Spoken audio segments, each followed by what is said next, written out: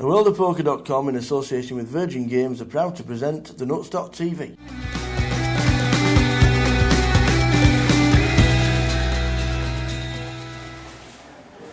Hello, my name's Hutch Hutchinson. This is the first of many, I hope, of my internet blogs.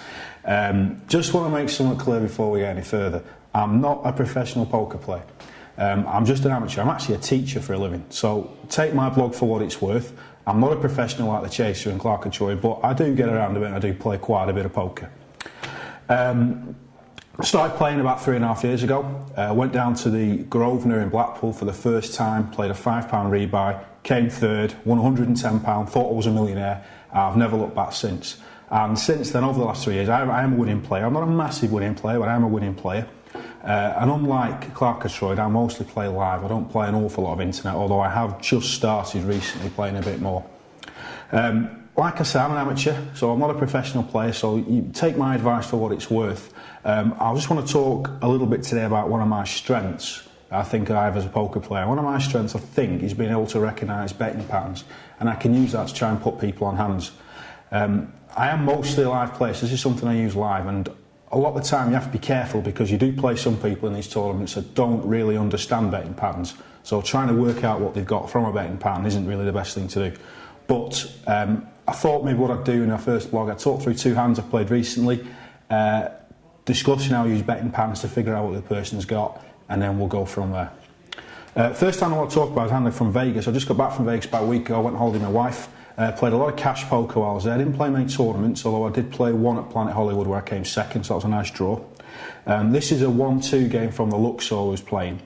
And on the table I've got quite a range of people. I've got 1 or 2 what I would call rocks, and I've got one very, very brash young American, very, very aggressive, likes to give a running commentary on every hand he's played.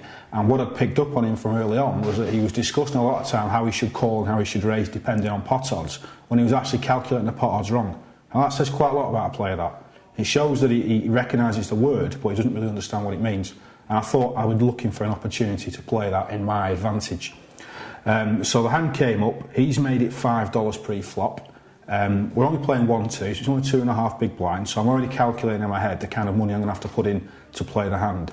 I'm on the big blind, I've got Queen 5 of clubs. There's 4 callers, so when it gets to me it's $3 more, the pot's over 20 now, so that gives me good odds to take a flop. So I take a flop and it comes Queen 5-2 rainbow. So I'm now very interested. I check, hoping that he's going to make a continuation bet, and he does make a continuation bet. He bets about $12. So all the other players pass, he gets back round to me. It's a totally dry board, there's no straight draws, no flush draws, so I flat call, hoping he's going to bet again. On the turn, it's now we think about this, it's a king, and what has happened now is that there is now a flushing board. There is 2 to 1 suit on the board, and obviously Queen King opens up a lot of straight draws as well. And immediately after this has happened, he's gone to his cards and he's looked at his cards, and he's looked at the board, and he's looked at his cards again. Now that to me signifies that he's trying to work out where he is and he's got a draw of some kind.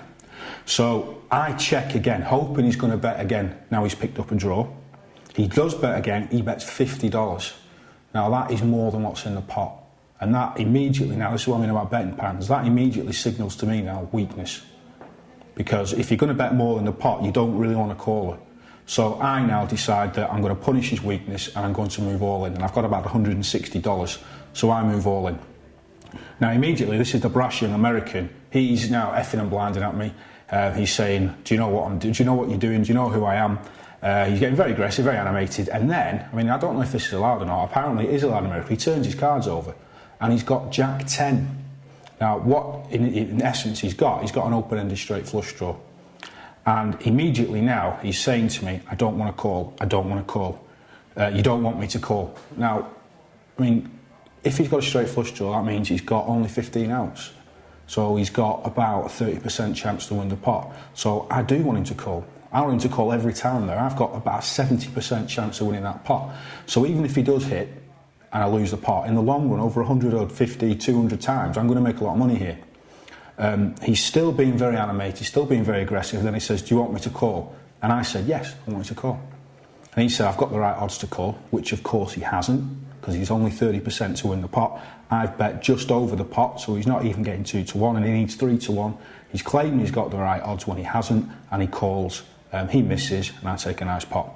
But I was able to figure out where I was because of the way that he bet it, and the fact that he overbet the turn signified weakness to me. So, betting patterns. That's one example of how I used a betting pattern to find out where I was and to win a nice pot. Even if he'd hit there and won the pot, it wouldn't have made any difference to me because I know it's the right play. And if you make the right play over a long period of time, you're going to make a lot of money.